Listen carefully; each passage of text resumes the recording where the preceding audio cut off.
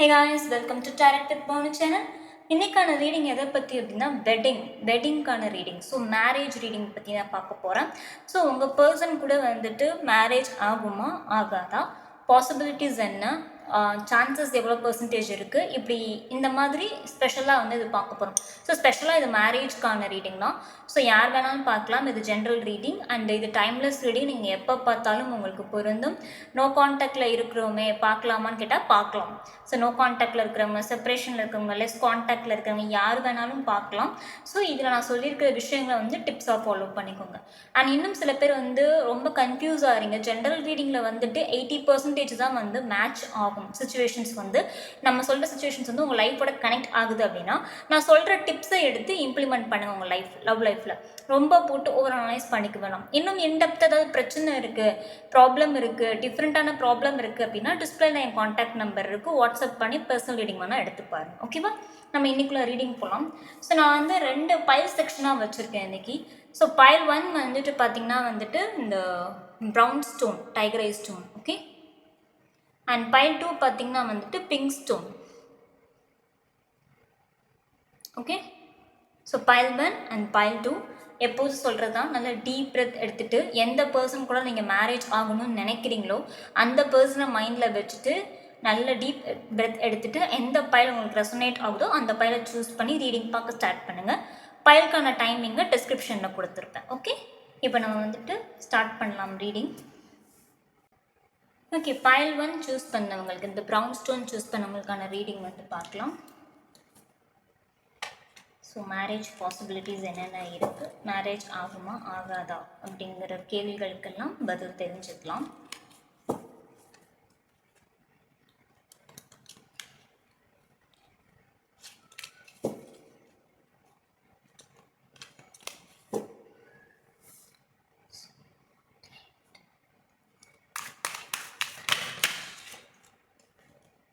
Okay,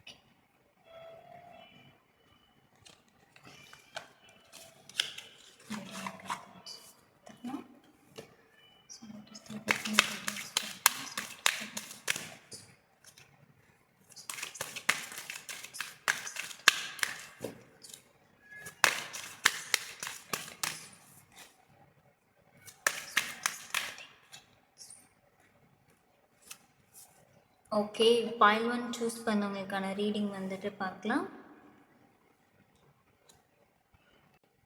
okay, நீங்கள் வந்து ரெடியாக இருக்கீங்களா மேரேஜுக்குன்னு கேட்டிங்கன்னா நீங்கள் ரெடியாக தான் இருக்கீங்க. ஓகே, ஸோ உங்களை பொறுத்த வரைக்கும் மேரேஜுக்கு நீங்கள் நாளைக்கே வந்து வீட்டில் பேச சொன்னால் கூட நீங்கள் ரெடியாக இருக்கீங்க. உங்கள் பார்ட்னர் ரெடியாக இருக்காங்களான்னு கேட்டாங்கன்னா பார்ட்னர் வந்துட்டு மைண்ட் லெவலில் வந்துட்டு ரெடியாக இருக்காங்க, பட் ஆக்ஷன் எடுக்கிறதுக்கு தயங்குறாங்கன்னே சொல்லலாம். ஏன்னா அவங்களுக்கு வந்துட்டு ஒரு பயம், இதில் போனால் ஒரு வேளை வந்துட்டு பிரச்சனை வருமோ, ஸோ திடீர்னு வந்து பேரண்ட்ஸ் வந்து வேணான்னு சொல்லிடுவாங்களோ, இல்லை லைஃப்பில் என்னால் அவங்க கேட்குற, அதாவது உங்கள் வீட்டில் கேட்குற கேள்விகளுக்கு வந்து என்னால் பதில் சொல்ல முடியாதோ, ஸோ என்னோடய ஃபைனான்சியல் லெவலில் குத்தி காமிப்பாங்களோ, இப்படி பல விஷயத்த போட்டு யோசித்து மைண்டில் குழப்பிட்டு இருக்காங்கன்னே சொல்லலாம் உங்கள் பார்ட்னர். அதனால வந்து இப்போதைக்கு உங்கள் பார்ட்னர் வந்து மேரேஜுக்காக ரெடியாக இல்லை. பட் ஆனால் மேரேஜ் பண்ணிக்கணுங்கிறதுல ரொம்ப கான்ஃபிடென்ட்டாக இருக்கிறாங்க. பட் ஆனால் அந்த அந்த மேரேஜ்க்கான ஸ்டெப்ஸ் எடுக்கிறதுல வந்து இப்போ அவங்க வந்து அந்த ஒரு தைரியம் வரல. அந்த அந்த அந்த விஷயத்த வந்து ஸ்டெப் எடுத்து வைக்கிறதுக்கு கொஞ்சம் தயக்கமாக இருக்குன்னே சொல்லலாம். அது வந்து அவங்களோட பர்சனல் ஆஸ்பெக்ட்ஸாக இருக்கும், இல்லை அவங்களோட பர்சனல் விஷயங்களை கம்பேர் பண்ணி அவங்க அந்த பயப்படுறாங்கன்னே சொல்லலாம். பட் உங்கள் கூட வந்து அந்த கம்யூனிகேஷன் வந்துட்டு பேலன்ஸாக வைக்கிறதுக்கு ட்ரை பண்ணுவாங்க, பாண்டிங் வந்து குட்டாக வைக்கிறதுக்கு ட்ரை பண்ணுவாங்க, எல்லாமே ட்ரை பண்ணுவாங்க. பட் மேரேஜ்க்காக நீங்கள் போய் பேச சொன்னீங்க, இல்லை வீட்டில் பேச சொன்னீங்கன்னா அது கொஞ்சம் தயங்குவாங்க, அது கொஞ்சம் டிலே பண்ணுவாங்க. ஸோ அந்த டிலே பண்ணுற விஷயங்களை நீங்கள் கொஞ்சம் புரிஞ்சுக்கணும்னு நான் நினைக்கிறேன். ஓகேவா? அண்ட் உங்கள் மேரேஜ் லைஃப்பில் வந்து ப்ராப்ளம்னு வந்தால் என்னவா ப்ராப்ளமாக இருக்குன்னு கேட்டிங்கன்னா வந்துட்டு கம்யூனிகேஷன்ஸ் வந்து ஸ்ட்ராங்காக ரெண்டு பேருமே வந்து ஒரு உண்மையாக ரெண்டு பேருமே கம்யூனிகேட் பண்ணிக்க மாட்டீங்க. மனசில் ஒன்று வச்சுட்டு நீங்கள் வெளியில் ஒன்று சொன்னீங்கன்னா இங்கே வந்து பிரச்சனை வரும் மேரேஜ் லைஃப் பொறுத்த வரைக்கும். ஸோ உங்கள் மனசில் நீங்கள் என்ன இருக்குங்கிறத வெளிப்படையாக உங்கள் பார்ட்னர்கிட்ட பேசணும். உங்கள் பார்ட்னர் மனசில் என்ன இருக்குங்கிறதையும் நீங்கள் தெரிஞ்சுக்க முயற்சி பண்ணணும். ஸோ அந்த கம்யூனிகேஷன் அப்படிங்கிறது வந்து சும்மா பேசிக்கிட்டால் மட்டும் பத்தாது. அந்த கம்யூனிகேஷன் வந்து உண்மையாக இருக்கா, பேலன்ஸாக இருக்கா, நம்மக்கிட்ட வந்து தெளிவாக பேசுகிறாங்களா, அவங்க பிரச்சனை என்ன, இப்படி பல கேள்விகளுக்கான பதிலை வந்து நீங்கள் ரெடி பண்ணி வச்சுக்கணும். ஸோ ஏன்னா நீங்கள் உங்கள் பேரண்ட்ஸ் கிட்ட போகிறதுக்கு முன்னாடி நீங்கள் ரெண்டு பேரும் ஸ்ட்ராங்காக இருந்தீங்கன்னா அவங்க கேட்குற கேள்விகளுக்குலாம் உங்ககிட்ட பதில் இருக்கும். ஸோ நீங்கள் ரெண்டு பேருமே அந்த இடத்துல வந்து ரொம்ப மியூச்சுவலாக அண்டர்ஸ்டாண்டிங்கான கம்யூனிகேஷன்ஸ் வந்து ரொம்ப ரொம்ப தேவை. அப்படி கம்யூனிகேஷன்ஸ் இல்லைன்னா அந்த கம்யூனிகேஷன் சரியாக இல்லாத காரணத்தினால தான் மேரேஜ் லைஃப்பில் வந்து ப்ராப்ளம் ஏற்படும்.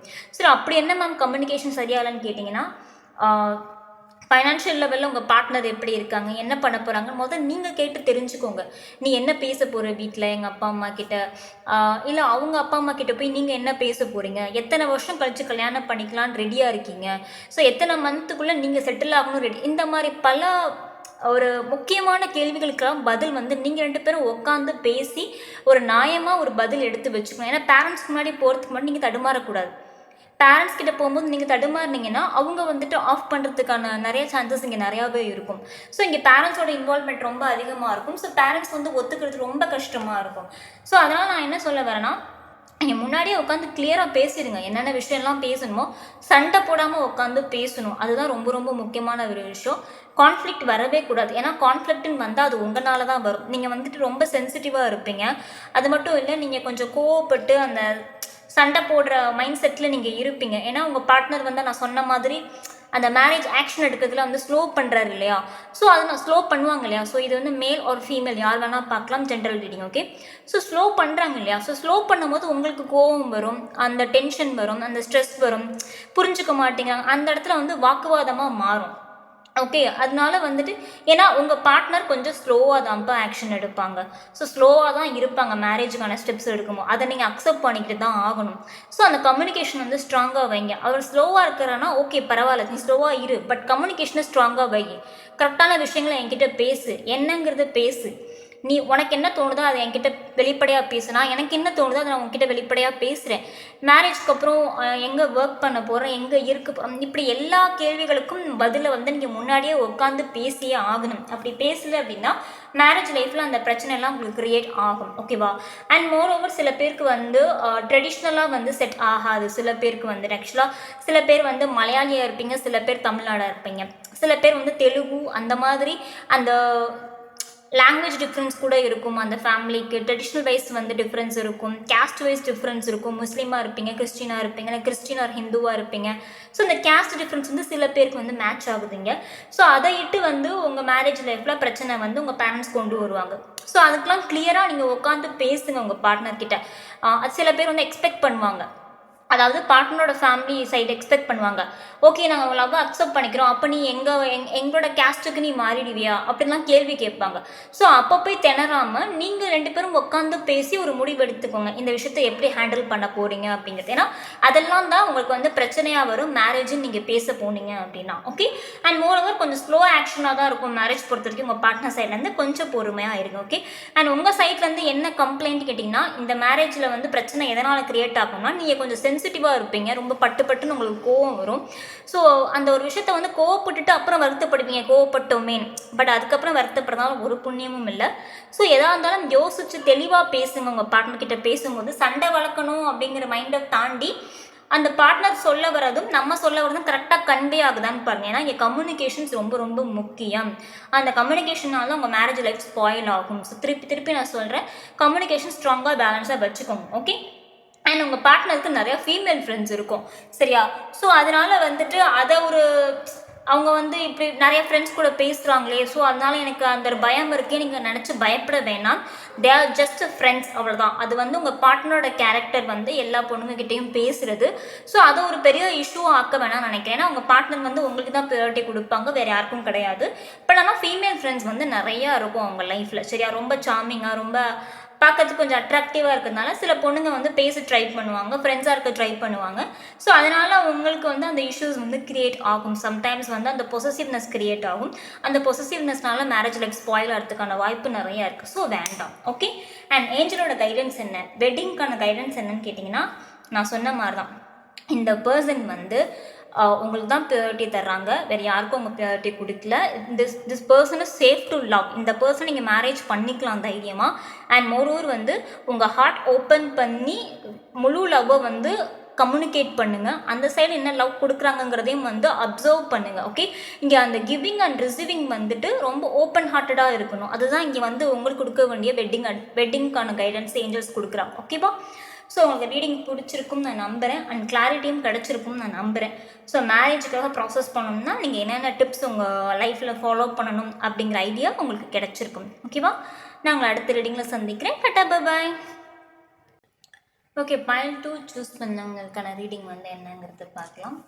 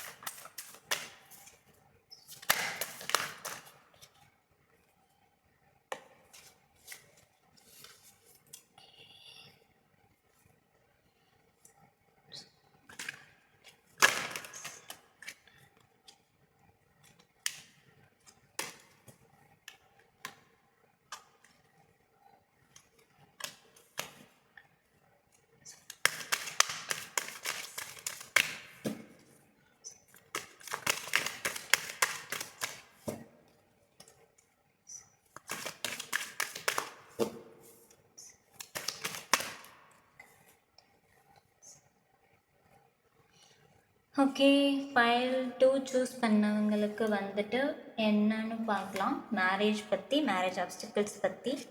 ஸோ மேரேஜ் என்ன மாதிரி இருக்கும் அப்படிங்கிறத பார்க்கலாம். ஓகே, ஸோ மேரேஜுக்கு வந்து நீங்கள் ரெடியா அப்படின்னு கேட்டிங்கன்னா வந்துட்டு நீங்கள் வந்துட்டு ரெடிங்கிறத தாண்டி ஓவர் அப்சஷனாக இருக்கீங்க. ஸோ இந்த பார்ட்னரை பற்றி நினைப்பாக இருக்கீங்க, ரொம்ப ஓவர் பொசசிவ்னஸாக இருக்கீங்க. ஸோ எப்போ பார்த்தாலும் வந்துட்டு அந்த பர்சன் கூட ரொம்ப அட்டாச்சாக இருக்கிறீங்க. ஸோ எந்த வேலையிலையுமே கவனம் இல்லை. ஸோ சுற்றி என்ன நடக்குது, என்ன மாதிரி விஷயங்கள் கோ த்ரூ பண்ணிட்டுருக்குங்கிறது நீங்கள் அப்சர்வ் பண்ணுற மனநிலைமையில இல்லை. முழுக்க முழுக்க வந்து அந்த பர்சனவே ரொம்ப அப்சஷன் ஆகி ரொம்ப அட்டாச்மெண்ட்டாக இருக்கும். 24% அந்த பர்சன் என்ன பண்ணுறாங்க, என்ன செய்கிறாங்கன்னு திங்க் பண்ணிகிட்டே இருக்கிறது. ஸோ இப்படியே வந்து நீங்கள் இருக்கீங்க. ஸோ இதனால் இந்த மேரேஜ்க்கு வந்து நீங்கள் ரெடி, ஆனால் எமோஷனல் வைஸ் நீங்கள் ரெடி இல்லை. ஸோ எமோஷனல் வைஸ் நீங்கள் கண்டிப்பாக வந்து ரெடி ஆகணும் மேரேஜ் அப்படின்னு கேட்டிங்கன்னா. ஓகே, உங்கள் பார்ட்னர் ரெடியான்னு கேட்டாங்கன்னா உங்கள் பார்ட்னர் வந்துட்டு ஒரு மேக்ஸிமம் ஒரு வருஷம் ஆகும் அவங்க வந்துட்டு ரெடி ஆகிறதுக்கு மேரேஜ்க்கு. ஓகே, ஸோ உங்கள் பார்ட்னர் சைட்லேருந்து அவங்க மேரேஜுக்கு ரெடி ஆகணும்னா ஒரு வருஷம் கிட்ட ஆகும். ஓகே, ஸோ உங்களுக்கு மேரேஜ் லைஃப்பில் என்னென்ன பிரச்சனை வரும்னு கேட்டிங்கன்னா கொஞ்சம் அந்த ஃபைனான்ஷியல் லெவலில் வந்துட்டு எப்படின்னா உங்கள் பார்ட்னர் வந்து பேலன்ஸ் பண்ண ட்ரை பண்ணுவாங்க. ஸோ அந்த இடத்துல ஃபைனான்ஸில் மணி வைஸ் வச்சு உங்களுக்கும் உங்கள் பார்ட்னருக்கும் சில சண்டைகள் வரதுக்கான வாய்ப்பு அதிகமாக இருக்கும். ஓகே, இன்னொருவர் வந்து மணி இஷ்யூனால பிரச்சனை வரும். ஆனால் அது மட்டும் இல்லை, வந்துட்டு நீங்கள் நிறையா எஃபோர்ட் போட்டு ரொம்ப டயர்டாகுவீங்க. மாற்றி வந்து 2 பேருமே பேலன்ஸ் பண்ணிக்க நிறைய ட்ரை பண்ணுவீங்க. ட்ரை பண்ணாலும் அந்த எஃபோர்ட் அப்படிங்கிறது மேட்ச் ஆகாது. நீங்கள் ஒரு விதமாக ப்ரொஜெக்ட் பண்ணுவீங்க, அவங்க ஒரு விதமாக ப்ரொஜெக்ட் பண்ணுவாங்க. ஸோ இதெல்லாம் தான் உங்களுக்கு மேரேஜ் லைஃப்பில் வந்து ஒரு பிரச்சனையாக வரும். அண்ட் மோரோவர் வந்துட்டு திங்கிங்லேயே இருப்பீங்க, ஆக்ஷன்ஸில் இறங்குறதுல ரொம்ப கம்மியாக இருக்கும். ஸோ எல்லாமே வந்துட்டு தாட்டில் இருக்கும். ஆனால் அதை ஆக்ஷனாக ப்ரொஜெக்ட் பண்ண சொன்னால் அந்த இடத்துல வந்து ஒரு தடுமாற்றம், ஒரு ஸ்லோ பேக்லாக் ஆகுறதுனால என்ன ஆகுதுன்னா ஸோ அந்த இடத்துல ஒரு பிரச்சனை கிரியேட் ஆகும். உங்களுக்கு வந்து ஹெல்த் இஷ்யூஸ் வரும். மென்டலி அண்ட் ஃபிசிக்கலி நீங்கள் ஸ்ட்ராங்காக இருக்க மாட்டீங்க. ஸோ நான் ஏற்கனவே சொன்ன மாதிரி நீங்கள் ஆல்ரெடி வந்துட்டு மேரேஜுக்கு ரெடி, ஆனால் எமோஷன் வைஸ் ரெடி இல்லைன்னு சொன்னதுக்கு காரணம் அதுதான். ஸோ ஒரு பிரச்சனையை வந்துட்டு அவுட் ஆஃப் த சர்க்கிள் வந்து புரிஞ்சுக்க நீங்கள் ட்ரை பண்ணணும். அந்த பர்சன் மேலேயே அப்சஷனாக இருந்தீங்க, என்ன நடக்குதுன்னே தெரிஞ்சுக்க முடியாமல் ஆயிரும். ஸோ அதை தாண்டி கொஞ்சம் வெளியில் வாங்க, அந்த டாக்ஸிசிட்டியை கம்மி பண்ணுங்கள். நீங்கள் ரொம்ப டாக்ஸிக்காக இருக்கீங்க, உங்கள் பார்ட்னர் வந்து ரொம்ப நீங்கள் டாக்ஸிக்காக இருக்கீங்கிறது வந்துட்டு ரொம்பவே வருத்தப்படுறாங்க. அவங்களால ஹேண்டில் பண்ண முடியல, நிஜமாவே சொல்லலாம் உங்கள் டாக்ஸிசிட்டியை. ஏன்னா அதிகமாக கால், அதிகமாக மெசேஜ், அடுத்து என்ன நீங்கள் கேள்வி கேட்குறது, ஏன் இப்படி இருக்க, இப்படி நிறையா வகையில் வந்து நீங்கள் வந்துட்டு ரொம்ப அதிகமாக வந்து நீங்கள் ஓவராக வந்து அந்த பர்சனை பற்றியே நினச்சிட்டு அந்த பர்சனோட ப்ரெசன்ஸ்லேயே இருக்கீங்கன்னு நினைக்கிறேன். ஸோ அது வந்து அந்த பர்சனோட லைஃப்பை வந்து அஃபெக்ட் பண்ணுது. அண்ட் மோர் ஓவர் இந்த மேரேஜ் லைஃப்பில் வந்து பிரச்சனைன்னு வந்தால் என்ன பிரச்சனை வரும், நீங்கள் என்ன ஓவர் கம் பண்ணுற மாதிரி இருக்கும்னு நீங்கள் கேட்டிங்கன்னா, ஸோ உங்கள் மேரேஜ் லைஃப்பில் அப்டக்கிள்ஸ் வந்தால் அது வந்து உங்கள் 2 பேர்னால தான் வருமே தவிர்த்து எக்ஸ்ட்ரா வந்து பேரண்ட்ஸோட இன்வால்மெண்ட் வந்து ரொம்ப அதிகமாக இருக்கிற மாதிரி எனக்கு தெரியல. உங்கள் 2 பேர்னால தான் பிரச்சனை ஆகி அந்த மேரேஜில் வந்து ஒரு பிரச்சனை, ஒரு இஷ்யூ க்ரியேட் ஆகுதுன்னா அது உங்கள் 2 பேர்னால மட்டும்தான் இருக்கும். ஓகே, அண்ட் உங்கள் லவ் லைஃப் எப்படி வந்து கடைசி வரைக்கும் போகும்னு கேட்டிங்கன்னா ஒரு லாயல்ட்டி இல்லை. ஸோ மேபி உங்கள் பார்ட்னர் வந்துட்டு உங்கள்கிட்ட ஏமாற்றலாம், இல்லை இன்னொரு ரிலேஷன்ஷிப்பை கூட வச்சுக்க தயங்க மாட்டாங்க. ஏன்னா எப்போதுமே நம்ம ஓவர் அட்ராக்ஷனாக இருக்கிறத விட்டுட்டு நம்ம வேற ஒன்று தான் நம்ம தேடி போவோம். நம்ம ஒரு விஷயத்த விரும்புவோம், நம்ம விரும்புகிற விஷயம் வேற ஒன்று விரும்பும் இல்லையா. ஸோ எனக்கு அந்த மாதிரி தான் தெரியுது. ஸோ உங்கள் பார்ட்னர் வந்து லவ் லைஃப் எப்படி இருக்கும்னு நீங்கள் கேட்டிங்கன்னா கேர் இருக்கும், லவ் இருக்கும், லஸ்ட் இருக்கும், எல்லாமே இருக்கும். ஆனால் அதையும் தாண்டி இன்னொருத்தவங்க மேலே அட்ராக்ஷன் வர்றதுக்கான வாய்ப்பு அதிகமாக இருக்குது. ஓகே, அண்ட் நீங்கள் இந்த மேரேஜுக்காக என்ன கொண்டு வருவீங்கன்னு கேட்டிங்கன்னா ஒரு நியூ பிகினிங் கொண்டு வருவீங்க, புரிஞ்சுக்க ட்ரை பண்ணுவீங்க, சக்ஸஸ்ஃபுல்லாக கொண்டு போகிறதுக்கு ட்ரை பண்ணுவீங்க. ஆனால் உங்கள் பார்ட்னர் சைட்லேருந்து எந்த ஆக்ஷன்ஸுமே இருக்காது. ஸோ மேரேஜ் பொறுத்த வரைக்கும் பெருசாக எந்த ஆக்ஷனுமே இங்கே இருக்காதுன்னு தான் நான் சொல்கிறேன். ஸோ என்ன தான் வந்துட்டு நான் சொன்னேன், அந்த டாக்ஸிசிட்டியை வந்து அவங்களால ஹேண்டில் பண்ணிக்க முடியல உங்கள் பார்ட்னர்னால். ஆல்ரெடி நான் சொன்னேன் அவங்க மேரேஜுக்கு ரெடி ஆகிறதுக்கே ஒரு வருஷம் ஆகும் அப்படிங்கிறது. ஸோ இந்த இடத்துல வந்து நீங்கள் வந்துட்டு உங்களுக்கான வெட்டிங் கைடன்ஸ் என்னன்னு கேட்டிங்கன்னா ட்ரஸ்ட் சிச்சுவேஷன்ஸ். ஸோ சிச்சுவேஷன் நடக்கிறத வந்து நம்புங்க. ஏன் நடக்குது, எதனால் நடக்குதுங்கிறத யோசிங்க. இந்த டாக்ஸிசிட்டி வேண்டாம். நீங்கள் எமோஷ்னலாக ரெடியாக இல்லை. ஸோ அந்த எமோஷ்னல் பாண்டெல்லாம் விட்டுட்டு வெளியில் வாங்க. அவுட் ஆஃப் த சர்க்கிள் யோசிக்கும் போது தான் நல்லது கெட்டது என்னங்கிறது புரிய வரும். ஸோ அதுக்கப்புறம் டிசைட் பண்ணுங்கள் இந்த மேரேஜ் வரைக்கும் இதை கொண்டு போகணுமா வேணாமாங்கிறது. ஏன்னா எனக்கு இங்கே லாயல்ட்டி மிஸ் ஆகுது. அந்த பர்சனுக்கு வந்து இன்னொருத்தவங்க மேலே வந்து ஒரு அட்ராக்ஷன் வரதுக்கான வாய்ப்பு அதிகமாக இருக்குது. ஸோ உங்கள் லவ் லைஃப்பில் வந்து மூணாவதாக ஒரு ஆள் வந்துக்கிட்டே தான் இருப்பாங்க கடைசி வரைக்கும். ஸோ அது வேண்டாம் அப்படின்னு நான் நினைக்கிறேன். மேபி இல்லைன்னா உங்கள் பார்ட்னருக்கு வந்து பாஸ்ட் ரிலேஷன்ஷிப் இருக்கலாம். ஸோ அந்த பாஸ்ட் ரிலேஷன்ஷிப்பை கொண்டு வந்துக்கிட்டே இருப்பாங்க ஒரு பிரச்சனையாக. எனக்கு அவங்க நினைப்பாவே இருக்குது, எனக்கு அவங்கள விட்டு மூவ் ஆன் பண்ண முடியல. இப்படி ஒரு சுச்சுவேஷனும் அமையலாம் சில பேருக்கு.